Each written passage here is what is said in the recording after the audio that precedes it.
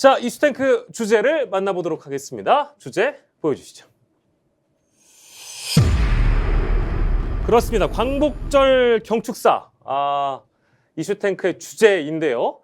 여러 가지 논의들이 나왔습니다. 이제 크게는 북한에게 보내는 손짓, 그리고 일본에게 보내는 손짓, 그리고 내부적으로 해석할 만한 메시지들이 나오고 있다. 이제 이런 큰 줄기의 평가들을 할 수 있겠는데요. 정호진 소장의 총평을 들어보는 동안 우리 차주연 교수를 자리로 모시도록 하겠습니다. 정호진 소장께서 일단 총평 어떻게 해주시겠어요? 언론에서 많이 나온 게 담대한 제안을 했다 이런 평가가 많이 있었는데요. 네. 사실 제가 봤을 때는 전혀 담대하지 않았고요. 어제 본다면 짜집기 경축사가 아닌가. 뭐 호평을 하자면 짜집기다. 예, 짜집기다.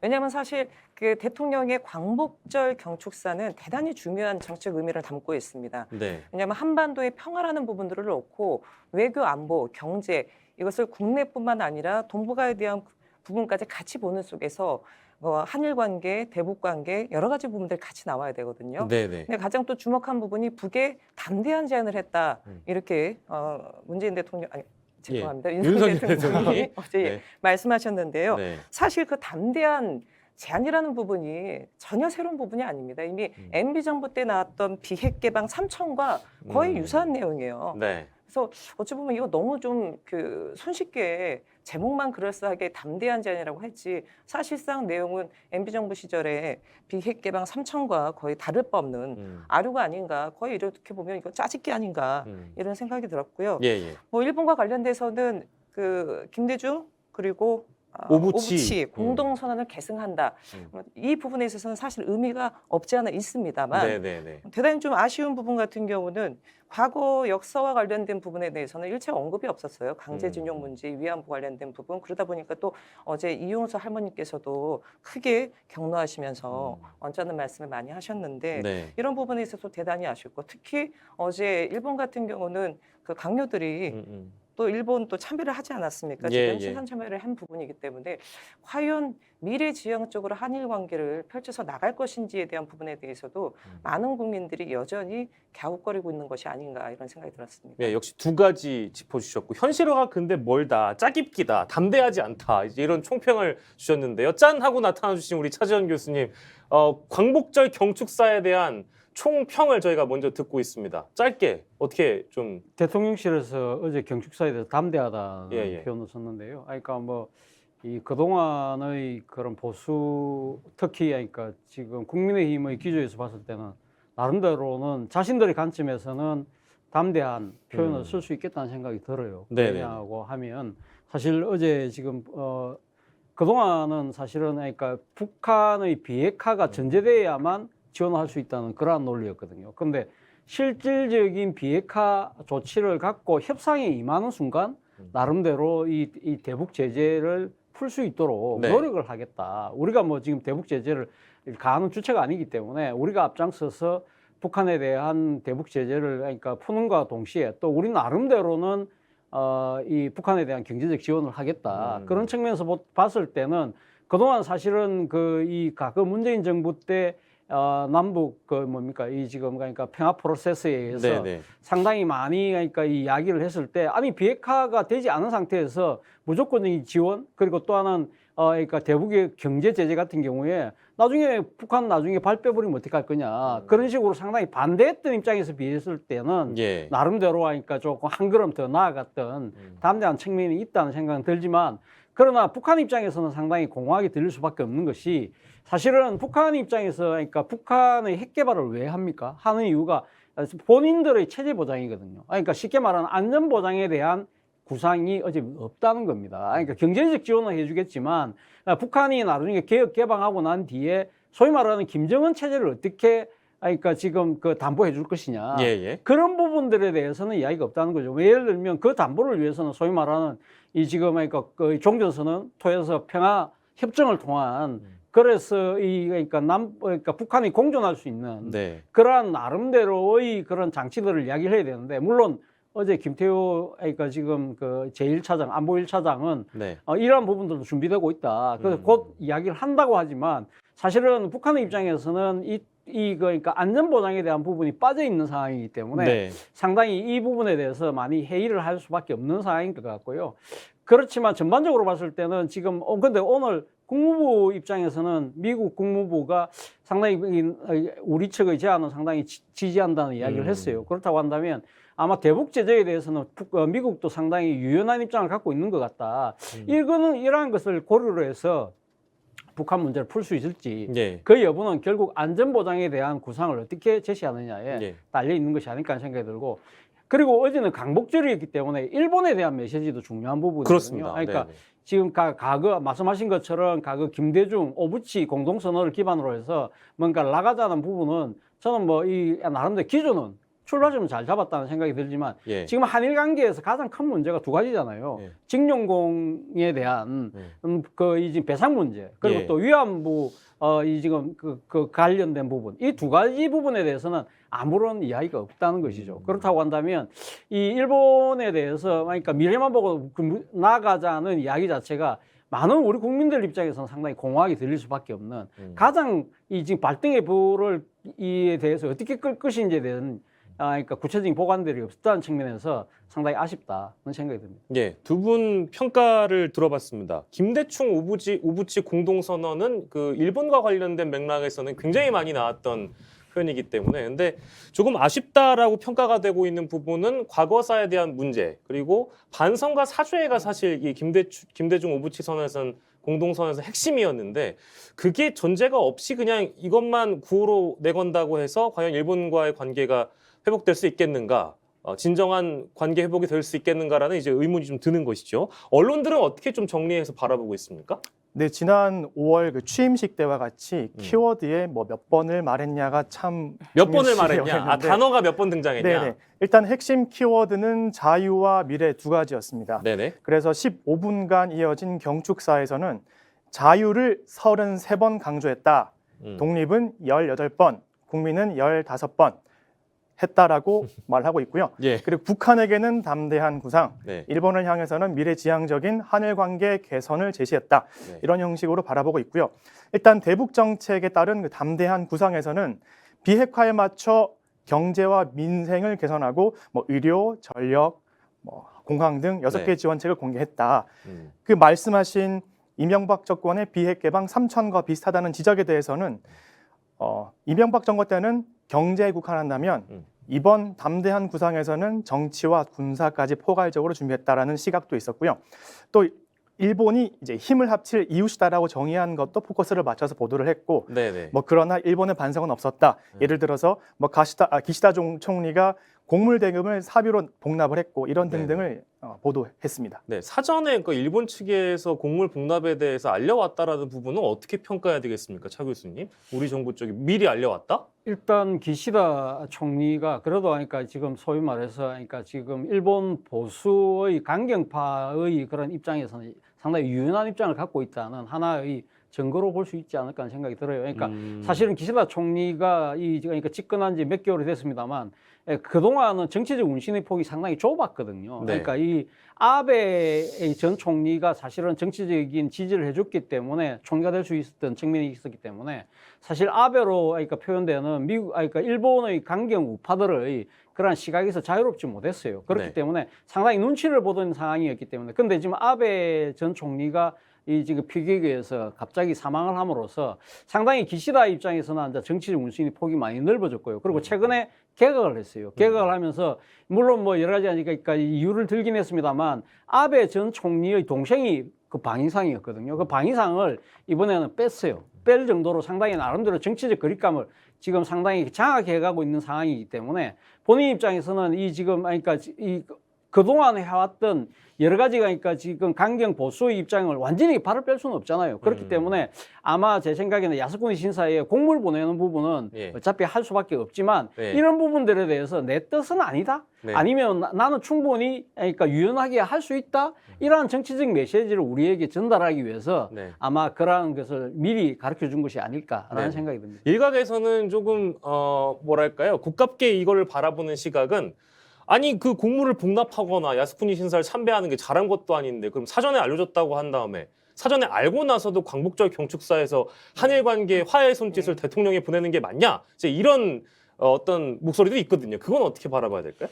글쎄요. 그러니까 그런 건 그러니까 만약에 제 시각대로 바라본다고 한다면 예. 아마 윤석열 행정부 입장에서는 기시다가 나름대로 상당히 우리한테 그러니까 나름대로 성의를 표하고 있네라고 볼 수 있겠습니다만 또 반대쪽으로 생각하시는 분 아까 우리 앵커께서 말씀하신 것처럼 뭐 병 주고 약 주는 거야? 라고 생각할 수도 있겠죠. 그러나 이걸 어떻게 바라보냐의 부분인데 예. 제가 생각했을 때는 기시다는 상당히 그러니까 이러한 부분들에 대해서 나름대로는 유연성을 가지려고 하는 것 같아요. 사실은 기시다 총리가요. 과거 외무상을 할 때 한일 위안부 합의를 채택이 됐거든요. 그렇기 네. 때문에 그 위안부 자기가 그러니까 지금 외무상이 있을 때 만들었던 이 합의의 안을 사실은 문재인 정권이 파기를 했잖아요. 그렇기 때문에 기시다 입장에서도 상당히 국내 정치적으로는 상당히 그러니까 이 입지가 위험할 정도로 상당히 위기에 몰렸더랬어요. 그렇기 때문에 기시다 입장에서도 무조건 지금 그러니까 내가 지금 모든 걸 다 할 수 있을 것 같으니까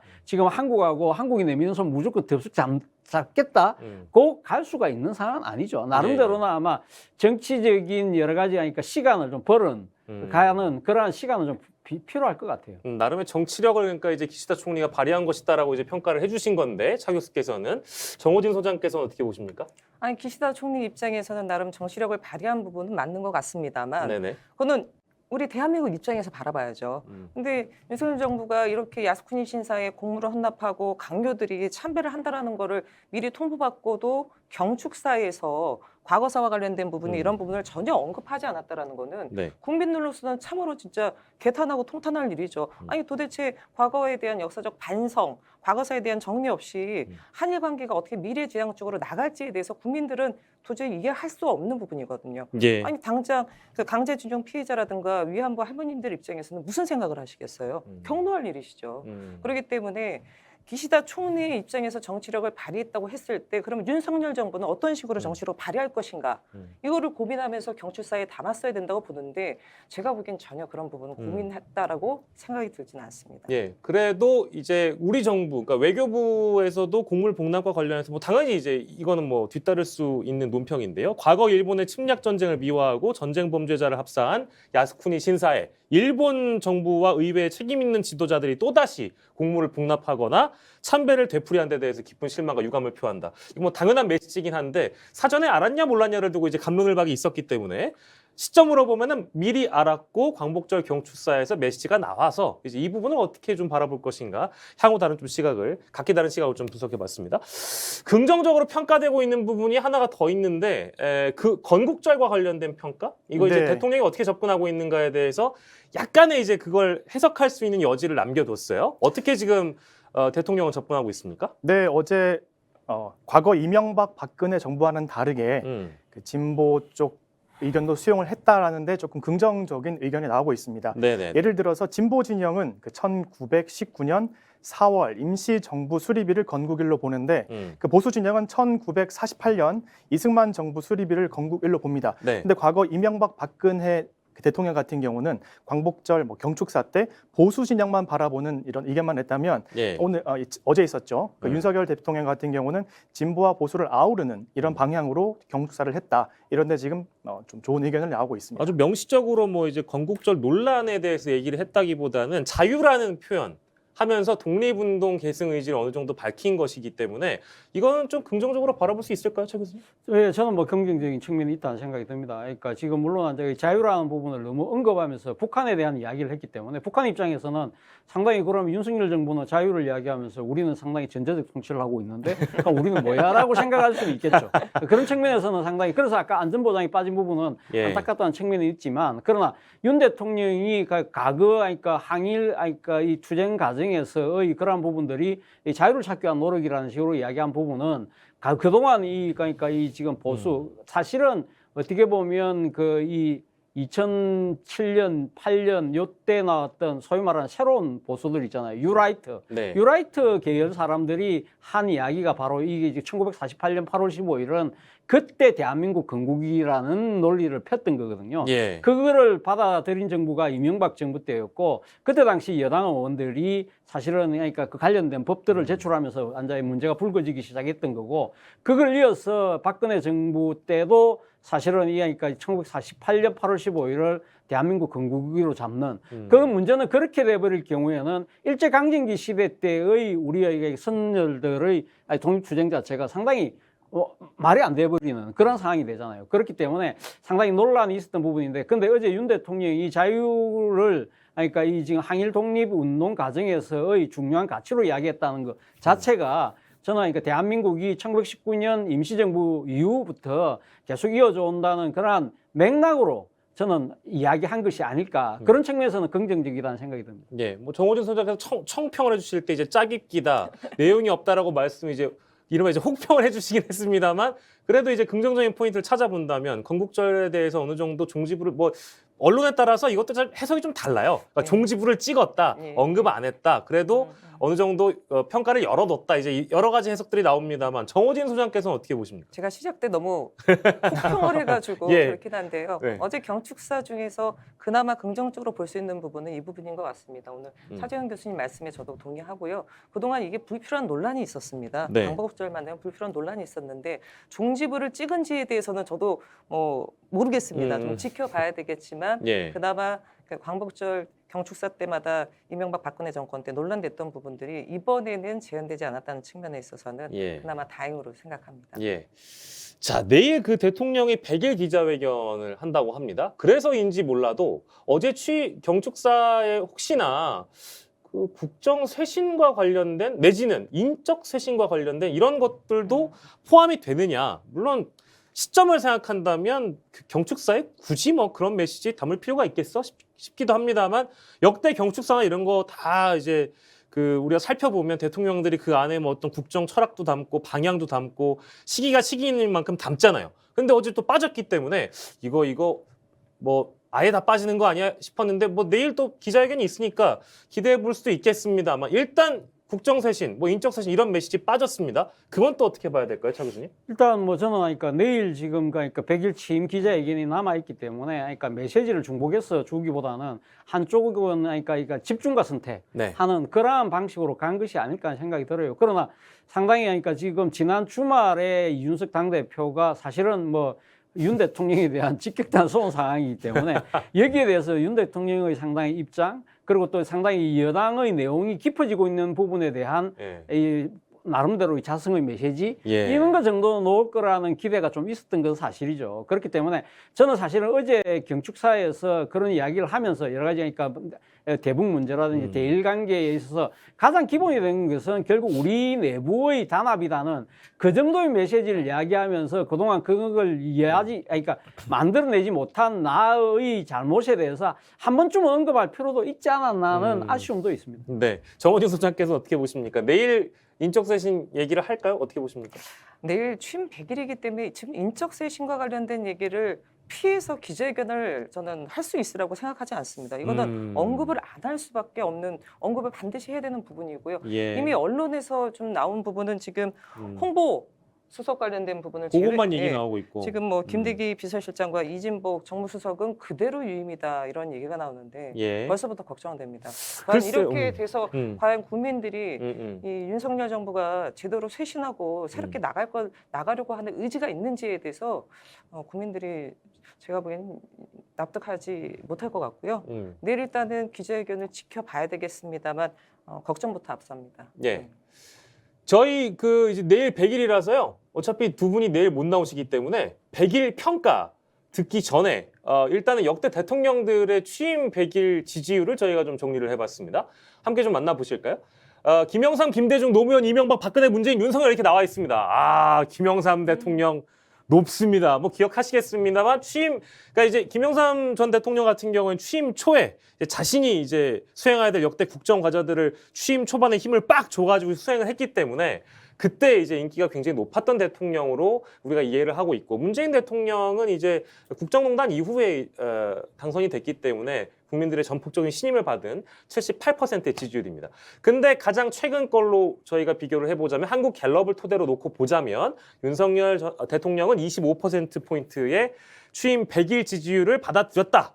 이 측면을 놓고 본다면 여러 가지 이제 논의들이 아마 내일 나올 텐데요.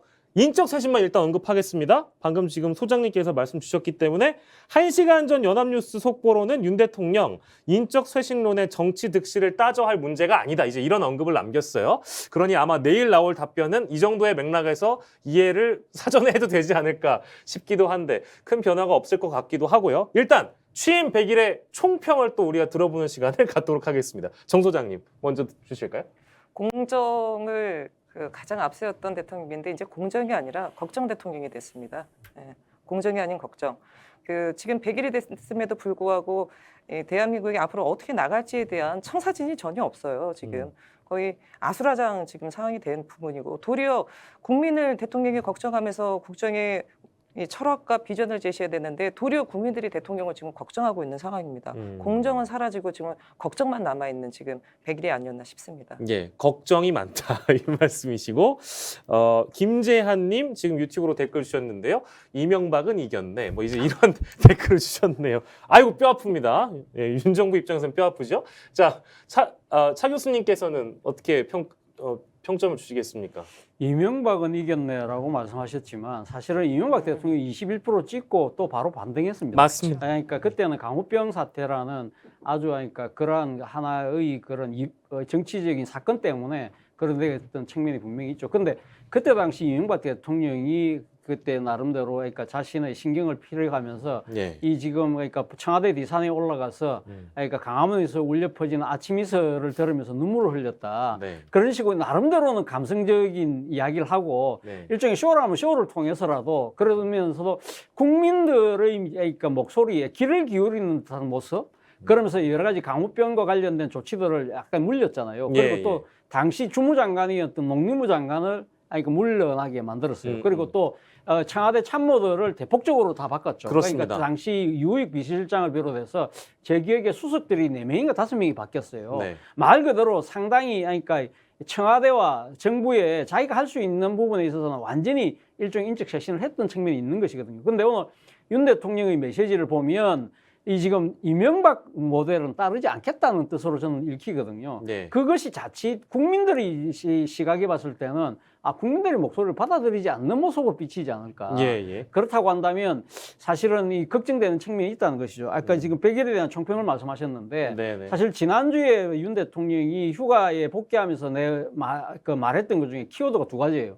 하나는 초심이고 하나는 국민 관점이거든요. 초심이라고 하면 뭘까요? 그러니까 본인이 정치에 들어오면서 했던 이야기가 공정과 상식이잖아요. 공정과 상식이 무너졌다. 그것은 뭐 인사를 보면 다 알 수 있는 건데 그런 부분들. 그리고 또 통합과 협치도 본인이 이야기했던 초심이거든요. 예. 통합과 협치도 상당히 지금 잘 안 되고 있잖아요. 그리고 또 하나 국민 관점이라는 것 자체가 말 그대로 그러니까 본인이 하고 싶은 이야기만 하고 정작 국민이 듣고 싶은 이야기는 하지 않는다. 바로 그 때문에 독단적이고 일방적이라는 것이 부정평가의 중요한 원인이기 때문에 예. 저는 사실 이 지금 초심과 국민 관점 이 키워드를 어떻게 실천하느냐가 앞으로 향후 이 아마 윤석열의 운명을 가르는 중요한 분수령이 되지 않을까 생각이 듭니다. 초심과 국민을 좀 대통령께서 기억해 주셨으면 좋겠는데요. 이 문제도 좀 저희가 거론을 하고 가야 될 것 같긴 합니다. 이제 취임 100일을 기점으로 해서 달라질 것과 그대로 가는 것 구분해서 본다면 그대로 가는 거에 대한 힌트를 오늘 오전에 좀 받아들일 수 있는 대목들이 있었어요. 바로 전 정권과 관련된 서해 피살 사건과 관련해서 서훈 전 국가안보실장 자택, 그리고 박지원 전 국정원장 자택, 그리고 서욱 전 국방부 장관 자택 이렇게 3곳을 검찰이 압수수색을 했습니다. 이 얘기는 취임 100일 이후에도 어쨌든 윤석열 정부가 생각하는 공정, 상식에 입각해서 또 자유에 입각해서 만약에 전 정권이 그걸 이행하지 않았다면 우리가 바로잡겠다. 전 정권 털기 계속 가는 겁니까? 정 소장님 어떻게 보세요?